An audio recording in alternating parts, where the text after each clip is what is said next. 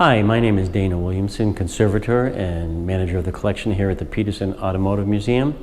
And today we're going to take a short tour in the vault, and we're going to specialize with or concentrate on cars of heads of state and some Hollywood cars. A little stories on different Hollywood cars and their owners and their movies.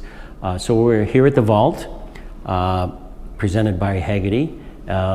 And we're going to go in and take a look at some of these great cars that have great stories.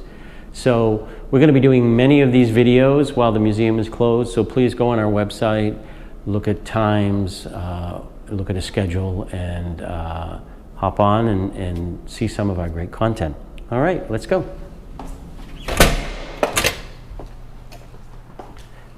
So right now we're entering the vault, and down here in the vault, deep below the Peterson Automotive Museum, we have over 250 cars, motorcycles, some trucks. And like I said, what we're going to do right now is we're going to kind of concentrate on some Hollywood cars and some heads of state cars. But as we're walking up through the inner vault toward the outer vault, as you can see around me, a collection of motorcycles. And I guess we could say we have some celebrity motorcycles. Back here we have some Husqvarnas. These are all off-road bikes. That one on your left was James Coburn's, built for him by Steve McQueen. So the one right here in front of us was Steve's desert sled. The one next to that is the bike that Steve used in the movie On Any Sunday. And then this one here in the front was owned by Bruce Brown, who was actually the director of the movie On Any Sunday.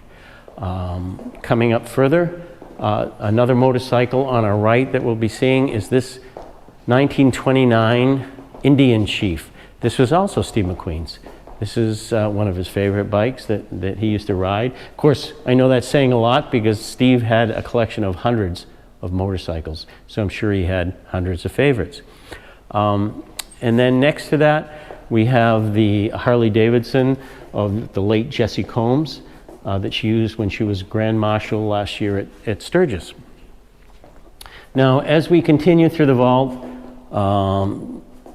coming up to our first Hollywood car, you can look around and you can see supercars, you can see exotic cars, American classics. But right in front of us is a 1927 Rolls-Royce Phantom limousine. This car is gorgeous. It's a beautiful car. It's a two-tone green, and it was owned by the dancer Fred Astaire. A lot of you remember Fred Astaire from the 20s and 30s, an incredible dancer, an actor, made many movies.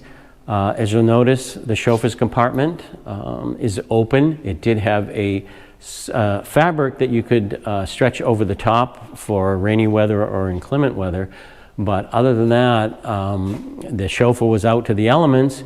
But Fred Astaire would ride in here with silk upholstery, wool carpeting, really appointed very well. So this is what he would have been driven every day to MGM Studios, where he would film and dance his heart out. Now on the back, so trunks that we have on cars now are called trunks because trunks on backs of cars were originally trunks. And what we have here is an original Louis Vuitton trunk, which is probably worth as much as some of the cars in here. And the previous owner that owned this car of Fred Astaire's was also a Fred Astaire collector. He loved Fred Astaire. So he amassed a collection of Fred Astaire spats, dancing shoes, cricket bat, tennis racket, flask, thermos, scarf, top hat, many items that had been Fred Astaire's. And what he used to do, or what he did, was, if I can open this here, he displayed them here in the Louis Vuitton trunk. Unfortunately, I don't have them in there now for you to see. What we've done is we've taken them, they've been archived, and they're being held in conditions that would help preserve them for longevity. Now, as we continue back through the inner vault, as you can see over my shoulder. We're going into the outer vault where we have a huge collection of automobiles. We are in the process, while we're closed, of course cleaning, making sure cars are cleaned and making sure they're protected. So we're covering some depending upon the finishes and depending upon the cars. So the first head of state car that we're going to talk about right now is the one right in front of me. This is a 1942 Lincoln. Now, this particular Lincoln was the presidential limo of FDR. So, you know, we're coming off of Pearl Harbor, and the government is saying, you know something, we really need something to protect the president. We've never had a armored limousine, but I think we need one for FDR. So they built this particular car. This particular car weighs 8,000 pounds. As a matter of fact, it's so heavy that it broke the first frame when they built it, and also the rear end, and they had to put a truck rear end in it in order to perform with all the weight.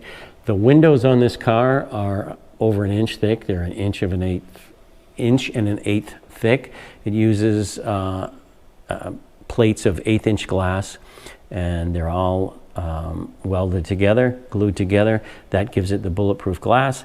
The doors are lined with lead to absorb the bullets, and there is also a metal mesh that encompasses the engine compartment, which would absorb bullets too before they were ever able to get to the engine, and it's mesh, and in that way it would be able to cool. The engine would get cooling. It wasn't just in a solid box. There's a little flap here, a little chrome flap, so when this window does go down, of course you have an 1.1 gap in the door. This would flop over that when the window was down, hence you wouldn't lose anything inside the door. So as you can see on the back, we have handles and we have steps where Secret Service would stand there and they would hold on. Now there is a story, we've been told, it could be true, could not be true, but the government wasn't sure how to make a armored car or an armored limousine. So they were, of course, researching and figuring out ways to do it and how to do it. And it was about the same time, I think, that Al Capone's car was confiscated because he was arrested. And Al Capone actually had a fully armored and bulletproof car, go figure. So I have a feeling that he figured it out before the government, but this is a very, very heavy armored limousine. Now, so this is a 42. As I mentioned, it was for FDR. And if we look behind us now, we're going to see another presidential limousine. And this is the Chrysler Imperial, the 52 Chrysler Imperial of Dwight Eisenhower. So now we're 10 years later, and we're not involved in a war. So there wasn't concern that the president would be in danger. So as you can see, this is not armored, this is not bulletproof, it doesn't even have a top. So this parade limo was used by Eisenhower, and at the time, Chrysler built 3 of these. One was in the city, one for the city of Los Angeles, one for the city of Detroit, and one for the city of New York. This is actually the Detroit car. So this is the only presidential limo of the 3 that is owned privately, and we own it here at the Peterson Museum. The city of Los Angeles owns the other one, and the city of New York still owns that one, which they use for parades and for dignitaries. This one is also used for the same purposes. We've loaned this out for different parades and different dignitaries.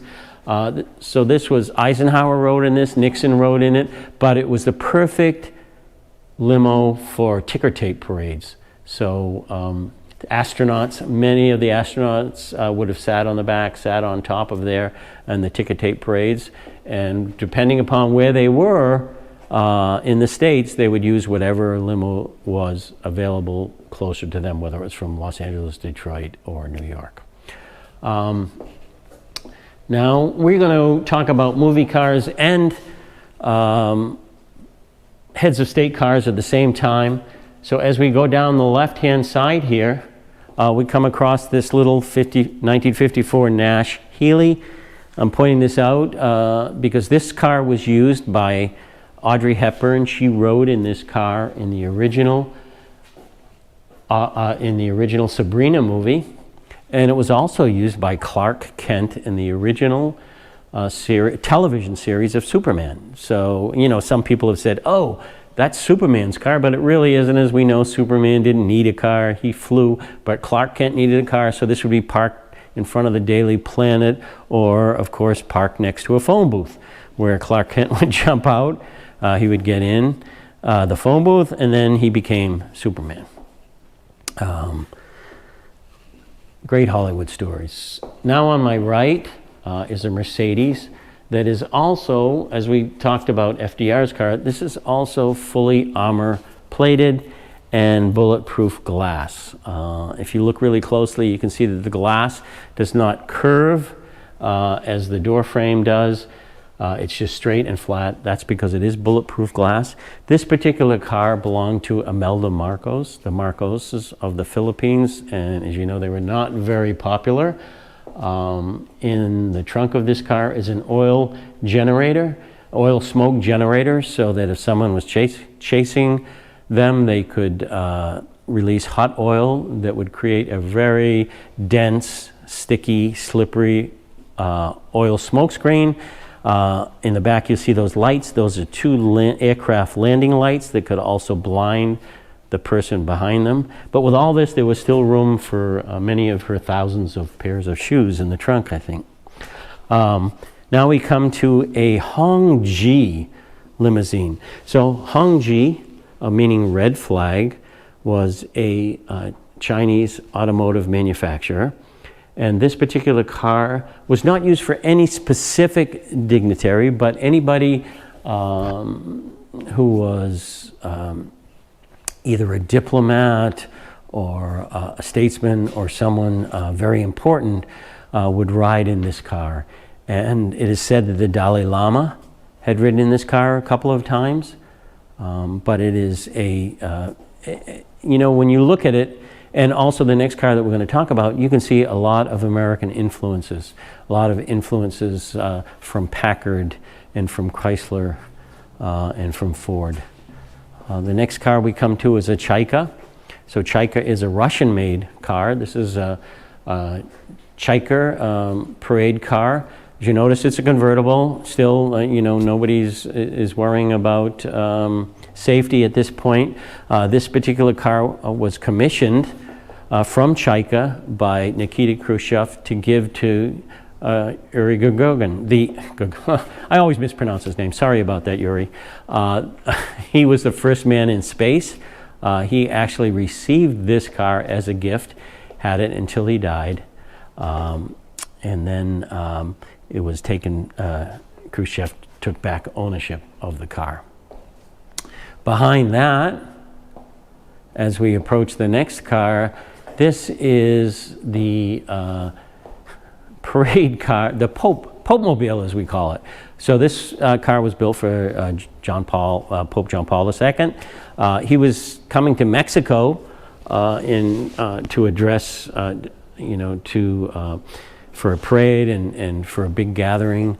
But he had been, before that, he had been, there was an attempt on his life. Someone tried to assassinate the Pope.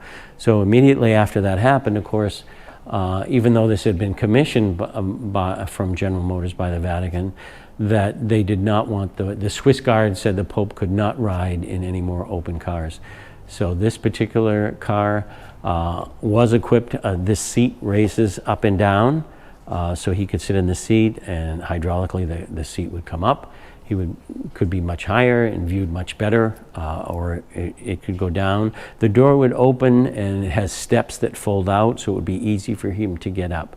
But like I said, unfortunately, he couldn't use the car. He did bless the car in Mexico.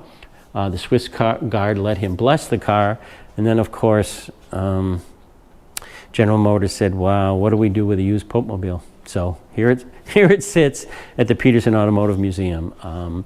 Very, very stately Cadillac. And now this white, you might say, holy car in front of us is contradicted by this black car that we have behind us. So this black car is a Mercedes Landaulet limo. Now, this particular car was owned by Saddam Hussein.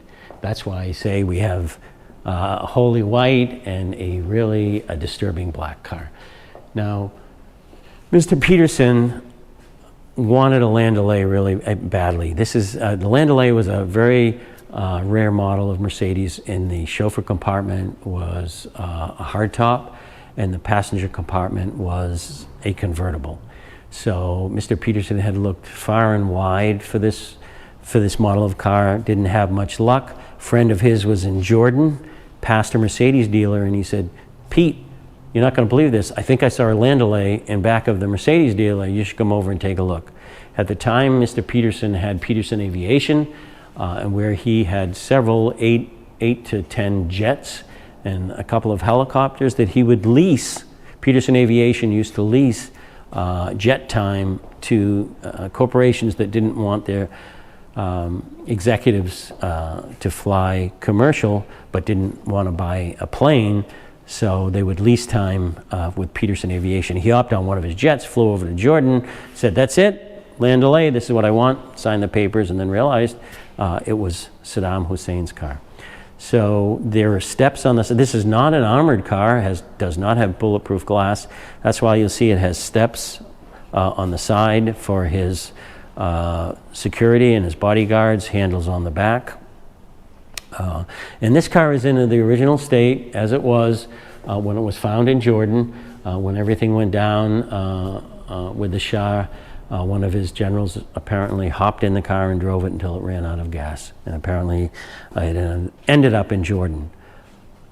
Now, we're going to do some Hollywood cars. I think that just about does it for our heads of state cars right now. So on my left, we're going to look at some cars. We have the Lincoln of Jane Mansfield. Jane Mansfield had all Jane Mansfield's cars were pink. She would order them in pink. This is her Lincoln that was her daily driver. Not the car people always ask if this was the car that she was killed in, but it was not. This Lincoln Premier was, like I said, her daily driver. And I think, this is one of the first Lincolns that was equipped with air conditioning. She ordered it special with air conditioning because she knew how hot it would get in cars, and she wanted to be cool while she was driving. Next to Jane Mansfield's Lincoln Premier, we have Carol Lombard's 1941 Cadillac. Unfortunately, Clark Gable had ordered this Cadillac new from Cadillac, from the dealer, and he had it customized here in Los Angeles by Coachcraft. He had the running boards were cut off, the dashboard was painted red, it had the top was chopped, he had a vinyl top put on, white walls, fender skirts. He had bought this for a gift for Carol Lombard. Unfortunately, she wasn't really able to enjoy it because, as many of you know, Carol Lombard was on her trip, flying on her way back home from selling some war bonds, and the plane crashed and she perished. So, very sad story. Clark Gable never, after that, used the car. It went in the hands of many different directors from there. Now we have a Delahaye, beautiful Delahaye convertible in red that was owned by Sir Elton John. And interesting about this car is, Elton John is driving this car, and it's a hardtop. And he said to the friend he was with at the time, "Geez, I wish I had got a convertible." His friend said, "Oh, I know somebody that can make it into a convertible." They took it to a shop, had the top chopped, a nice convertible top put on it. But unfortunately, with a coupe, a lot of the structural integrity is picked up by the roof structure. So without that roof structure, it was a weak car, and it's sagging badly now in the middle. Doors don't open correctly, and the frame has some issues. So right now we're trying to figure out if we want to find another Delahaye coupe, take the roof from that, put it on this car, and restore it to its original configuration of a Delahaye coupe. And if you've ever seen pictures, or if you want to Google the Delahaye, this model in a coupe, it's really, really a beautiful car. Next to that, we have Grease Lightning. So, of course, this is Grease Lightning. This was built by Barris. Everybody knows the movie Grease. This was actually for the musical that toured with Olivia Newton-John. John Travolta refused to tour with the company doing the musical, so that's why his name is painted on the door, John Travolta, because they wanted to associate both Olivia and John Travolta with the musical. But this is a copy of the car that was used in the movie, where it's built by the high school shop, and then John Travolta drives it all around. We have a very unique car next, and it's actually a manure spreader. So this particular hot rod, we'll call it, it's a mid-engine manure spreader. So it's a 1800s manure spreader. A farmer would put manure in it. It would be towed by a horse. The back would spin, spread the manure out on the fields, hence fertilizing the crops. Well, Bob Hope had an idea that he wanted to give John Wayne something special for his birthday. So he had this built, and George Barris constructed a major portion of this vehicle, the manure spreader with a mid-engine Chevy and Conestoga wagon top, and horns on the front. Very, very unique hot rod. It does run. I've driven it to meets, but it's crazy. One day we had John Wayne's son in here, and I asked him, I said, so what did your father think when he got this vehicle? It's actually was named the Texas Bullshit Scraper. And he said, you know something? He had a big laugh with Bob Hope. It ended up going into the barn, and that's where it said. He said it wasn't something that my father was going to drive around. Next, we have a 1965 Mustang that was also customized by George Barris, and it was used by Frank and Nancy Sinatra. They were in a movie together called Marriage on the Rocks. This has leopard fabric on the, excuse me, it has tiger fabric on the sides, or like zebra fabric, and zebra fabric inside. Has a wet bar, it has a television in the dashboard. Really, really a crazy car, but like I said, it started out life as a 1965 Ford Mustang. Next to that, we have a 1948 Chevy. Now this Chevy Fleetmaster was donated to us by Jack Nicholson. This was used in the movie The Two Jakes, and I think also Chinatown. Jack Nicholson liked to obtain the cars that he'd used in movies, and then he used them for a short while, had them in his collection, and this particular one he donated to us. He also donated to us the Mercedes that he used in the movie Witches of Eastwick. After that movie, he had that for a while. He used to drive it, and he donated that to us. Now we have a VW Beetle, painted crazy. Those of you may remember, this was Austin Powers' Shagmobile. Right now we have some plastic on it just to protect it, because the decals are very fragile that the studio had put on, and they're starting to fade, so we try to protect that. So this was his time machine in The Spy That Shagged Me. He would be able to get in this, and he traveled back in time. And so that's why the Volkswagen was chosen, because it had nostalgia from the 60s and flower power and things like that.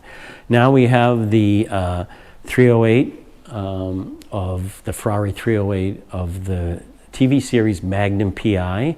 This is one of the actual cars that Magnum drove, that Tom Selleck drove. If you watch that series, you'll never see him driving one of these cars with the top on, because even though they lowered the driver's seat, they kind of took some stuffing out of the bottom, they redid the seat slides, he was still too tall. He could not put the top on and drive. So he's always driving this car with no top on it. But it's in Hawaii, so I guess it works. Next to that, another VW. This is the VW bus that was used in Little Miss Sunshine. The exact bus, they built a few of these. This was driven in the sequence, and you notice that if you see it in the movie, it gets a scrape on the side, a dent on the side, and that's right there in the door and in the rear quarter.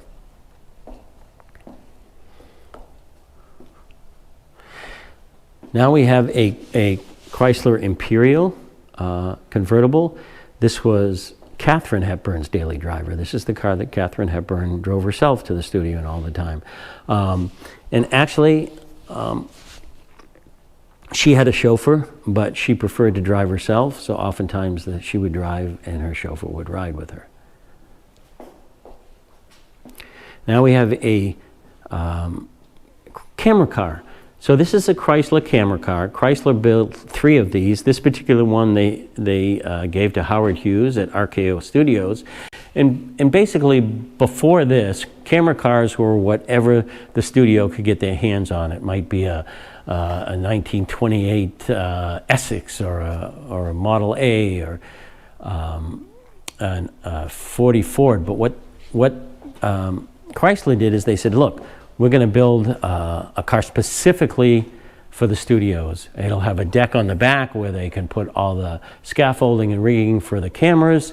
It's a convertible top, so they can put the top down if they need communication back and forth, or if it's really hot, the top can be put up. It has air conditioning, it can protect the driver, and maybe a cameraman inside.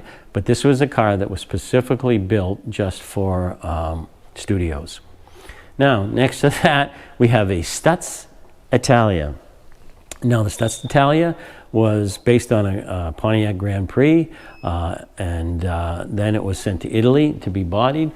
But what's interesting about this car, it is a gaudy car, it's a very flashy car. So if I said to you, who do you think would drive this car? Well, this car actually had 3 owners. It was ordered by Elvis Presley, and he got impatient and never took delivery of this car. Then so he sold the rights to Evel Knievel. Evel Knievel did take delivery, drove the car for a while, and it was a coupe. It was not a convertible, it was a coupe. And Evel Knievel said, you know what, I really want a convertible. I'm not so sure I like the coupe. Took it to Gene Winfield out in the desert here in California. Gene Winfield chopped the top, made it into a convertible. Evel Knievel said, I still don't like it. So he sold it to Wayne Newton, and Wayne Newton had it for many, many years. And like I said, if you look at it with all its gold trim and its exhaust out the side and side pipes, it's the perfect Vegas Strip car. So you can imagine Wayne Newton driving that up and down the Vegas Strip. As we walk around this yellow Pantera, this is the Pantera that was owned, well, I should say purchased by Elvis Presley and given to Linda Thompson, his girlfriend at the time, as a gift. And of course, she said to me when I saw her one time, she said, I don't know, I asked her how she liked it, and she goes, you know something, he buys me a used car, we're dating, he doesn't even buy me a new car, he buys me a used car, and it's a smelly car, the engine is loud, there's no ventilation. She said, I hated it. Anyway, that's her story. But Elvis buys the car, and why this is famous, Elvis has many cars. This is the car that he shot 3 times. He had an argument with Linda Thompson. He runs out of the house, and what he's going to do is he's going to run out of the door of Graceland. He's going to jump in this car, and he's going to peel out of the driveway, and he's going to say, there you go, Linda. Unfortunately, he jumps in the car, won't start. Gets out of the car, he kicks the door in with his big size 10 shoe, jumps back in, still wouldn't start. Frustrated, jumps out of the car again, pulls a .38 revolver out of his sock, and shoots the car 3 times. And hopefully, I don't know if you can, but if you can see that we have a bullet nick, a .38 nick here in the steering wheel. There's one back here, and underneath that carpet are still the holes that are in the floor where the bullets pass through. So everybody said, so after he shot it, did it start? Answer is yes. I don't know how, but you know, it did. It started, and he was happy. So you would say, why would anyone shoot a car? But I don't think this is the only car that Elvis shot. I think he shot one of his Cadillacs. And I also have heard that when he would be staying in a motel with his entourage, of course, he'd be sitting on the couch watching TV. They didn't have remotes in that day. So if he didn't like what was on, or somebody was saying something bad about Elvis, he would pull that same .38 out of his sock and shoot the TV. One of his friends at the time had told me that he says, you can't imagine how many TVs we had to purchase. The next car is a Mustang for Creed II. This is the Mustang that was lost and then had to be won back. Herbie. Everybody loves Herbie the Love Bug. So this is second generation Herbie. This was from the movie Fully Loaded, which starred Lindsay Lohan. And if you remember in the movie, Herbie becomes a race car. And this is a race car Herbie. It was certified by NASCAR. Had to be in order for them to run it on a NASCAR oval, full roll cage. The VW engine puts out over 200 horsepower. So this particular car on the oval was clocked at doing about 136 miles an hour. I've driven it, and there's no way I'd want to go 136 miles an hour. It was scary at the speed that I was driving it. Next to that, we have the Thunderbird of Thelma and Louise. They had several Thunderbirds for the movie. Of course, one went off the cliff. Others were damaged. This particular car we kind of call the hero car. So when they would be driving or they would be sitting in it talking, this is the car they would use. Their mirrors have been taken off the sides because that's where the cameras would be hung off the doors. But this is an actual car from the movie. Next in line, of course, is the Plymouth Fury Christine. So this is Christine. This was the evil car. Tormented her owner, killed several people. But anytime there was damage, Christine would morph back together. So that's a sampling of the movie cars that we have here and heads of state cars. We have, like I said, many more cars, and hopefully when we reopen, when the museum reopens, you'll all come in, take the guided vault tours, get the stories of all the cars, get the stories. Every car in here has a story, and they're all very, very interesting stories. So with that, I'm going to leave you. I'll be back at another time. Like I said, check the website. We have plenty of videos coming up. We also have interactive educational videos.